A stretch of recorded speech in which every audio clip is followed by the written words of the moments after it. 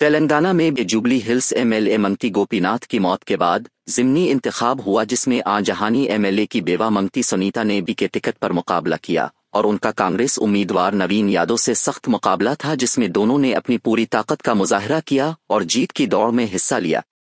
ज़िमनी इंतखाब 11 नवंबर को हुआ था और 14 नवंबर को इस ज़िमनी इंतखाब के नताइज का ऐलान किया गया था, जिसमें सख्त मुकाबला हुआ और तेलंगाना में जीत की खबर आम होते ही उर में कांग्रेस उम्मीदवार ने कामयाबी हासिल की। कांग्रेस हेडक्वार्टर गांधी भवन में कांग्रेस कायदीन ने जश्न मनाया। के ने एक प्रेस कॉन्फ्रेंस के जरिए अपनी साथियों से खिताब करते हुए उनकी हौसला अफजाई की और कहा कि अभी बहुत काम करने की जरूरत है। कारकुनों को इस इलेक्शन के नताइज से मायूस होने की जरूरत नहीं, हम हुकूमत को गिराने में कामयाब हो गए हैं। आइए आइंदा बल्दियाती इंतखाबात की तैयारी करें। हमारे कारकुनों का खुसूसी शुक्रिया जो सोशल मीडिया पर की तारीफ के साथ रजाकाराना तौर पर काम करते हैं। कौमी सतह पर कांग्रेस की सूरत हाल और भी खराब है। 2014 से 2023 तक होने वाले 7 ज़िमनी इंतखाबात में कांग्रेस पार्टी, जो इस वक्त अहम अपोजिशन थी, सभी में हार गई। हम 2 हारे और 5 ज़िमनी इलेक्शन जीते। मैं इन लीडरों और कारकुनों का शुक्रिया अदा करता हूं जिन्होंने नाम लेकर बीआरएस पार्टी की जीत के लिए सख्त मेहनत की। जुबली हिल्स के लोगों का शुक्रिया जिन्होंने बीआरएस पार्टी के टीआर को वोट दिया।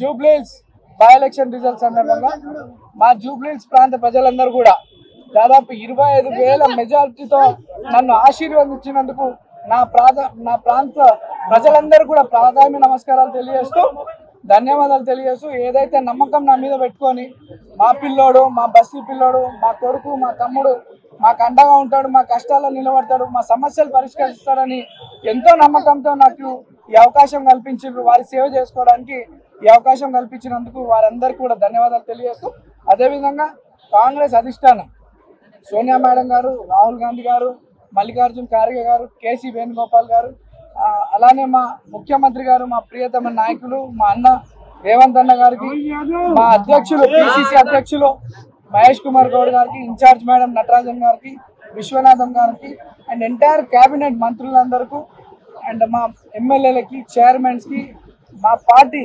కార్పొరేటర్స్, స్థానిక కార్పొరేటర్స్కు, ప్రతి ఒక్క కార్యకర్తకి ఎంతో కష్టపడ్డందుకు వాళ్ళందరూ కూడా ధన్యవాదాలు తెలియజేస్తూ, మరి మా పార్టీ పెద్దలు నా మీద నమ్మకం పెట్టుకొని నాకు అవకాశం కల్పించినందుకు మా పార్టీ పెద్దలు కూడా ధన్యవాదాలు తెలియజేస్తూ, ఈరోజు పార్టీ కార్యకర్తలు ఎంటైర్ కాంగ్రెస్ పార్టీ సిస్టమ్ అంతా జూబ్లీస్లో ఎంతో కష్టపడి కాంగ్రెస్ పార్టీని నన్ను ఇక్కడ గెలిపించుకోవడానికి నిరంతరం కృషి చేసినటువంటి ప్రతి ఒక్క కార్యకర్త నుండి ముఖ్యమంత్రి వారికి, అధిష్టానం అందరూ కూడా ధన్యవాదాలు తెలియజేస్తూ, ఏదైతే ప్రజలు నా మీద నమ్మకం పెట్టుకొని ఇక్కడ అభివృద్ధి చెందుతుందని, భవిష్యత్తు బాగుంటుందని నమ్మకంతో ఇచ్చినారో దాదాపు 200 కోట్లతో అభివృద్ధి కార్యక్రమాలు చేపట్టినాం గతంలో.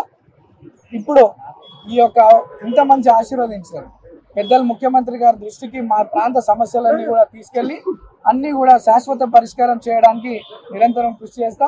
ప్రజల్లో అంటే గతంలో బీఆర్ఎస్ వాళ్ళు గెలిచినప్పుడు కొన్ని కక్షపూత రాజకీయాలు చేస్తుండే, నవీన్ యాదవ్ దగ్గర అటువంటివి ఉండవు.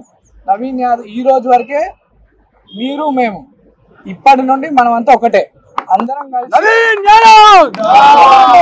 కలిసి మన ప్రాంత అభివృద్ధి కొరకు కష్టపడదాం, కలిసి పని చేసుకుందాం అని చెప్పి సందర్భంగా తెలియజేస్తూ, మరి మా అనేక దుష్ప్రచారాలు బీఆర్ఎస్ పార్టీ వాళ్ళు మా మీద, నన్ను, నా కుటుంబ సభ్యుల్ని అనేక తప్పుడు ఆరోపణలు చేయడం జరిగింది. వాటికి ఈరోజు ఈ సమాధానం మా ప్రజలు వాళ్ళకి ఇచ్చినారు.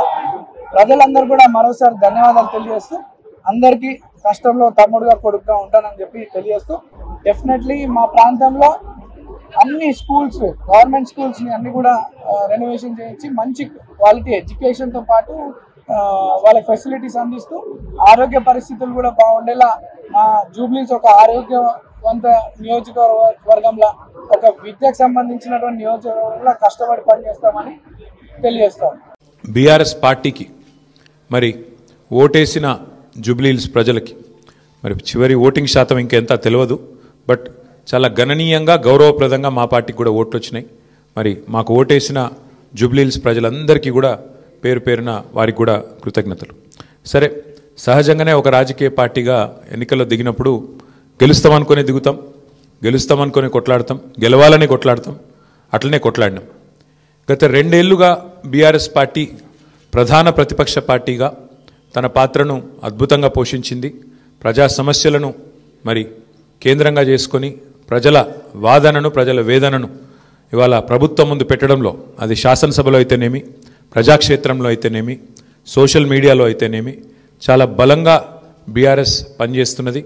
మా పని ఇట్లాగే భవిష్యత్తులో కూడా కొనసాగుతూనే ఉంటుంది. మరి మా కార్యకర్తలకు కూడా నేను చేసే విజ్ఞప్తి, సన్నద్ధమవుదాం. అన్ని రకాలుగా ప్రజాక్షేత్రంలో మనం ఈ ప్రభుత్వాన్ని నిలదీయడంలో సఫలమైనాం. ముఖ్యంగా మా సోషల్ మీడియాలో పనిచేసే మా తమ్ముళ్ళు చెల్లెళ్ళకు కూడా నేను హృదయపూర్వకంగా అభినందనలు చెప్తా ఉన్నాను.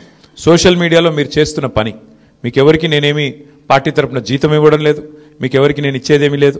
అయినప్పటికీ వాలంటరీగా పార్టీ మీద ఉన్న ప్రేమతో, నాయకుడు కేసీఆర్ గారి మీద ఉన్న అభిమానంతో మీరు చేస్తున్న కృషి, మీరు చేస్తున్న పని ఏదైతే ఉన్నదో మనస్ఫూర్తిగా నేను మీకు కూడా ధన్యవాదాలు తెలియజేస్తా ఉన్నా.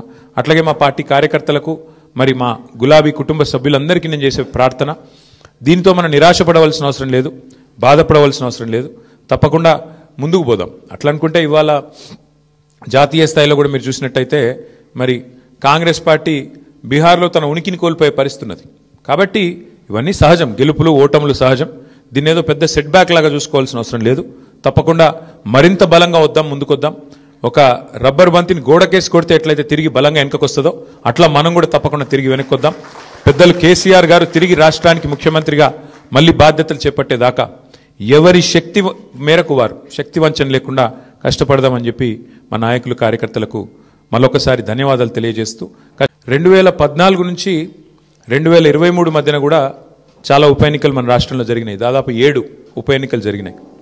ఈ 7 ఉప ఎన్నికలు పాలేరు కానీ, నారాయణ ఖేడ్ కానీ, హుజూర్ నగర్ కానీ, దుబ్బాక కానీ, నాగార్జున సాగర్ కానీ, హుజూరాబాద్ కానీ, మునుగోడు కానీ, ఈ అన్ని ఉప ఎన్నికల్లో మీరు ఆ రోజు కనుక గమనించినట్టయితే అప్పటి ప్రతిపక్ష పార్టీ కాంగ్రెస్ పార్టీ, ప్రధాన ప్రతిపక్ష పార్టీ ఒక్క ఉప ఎన్నికల్లో కూడా గెలవలేదు.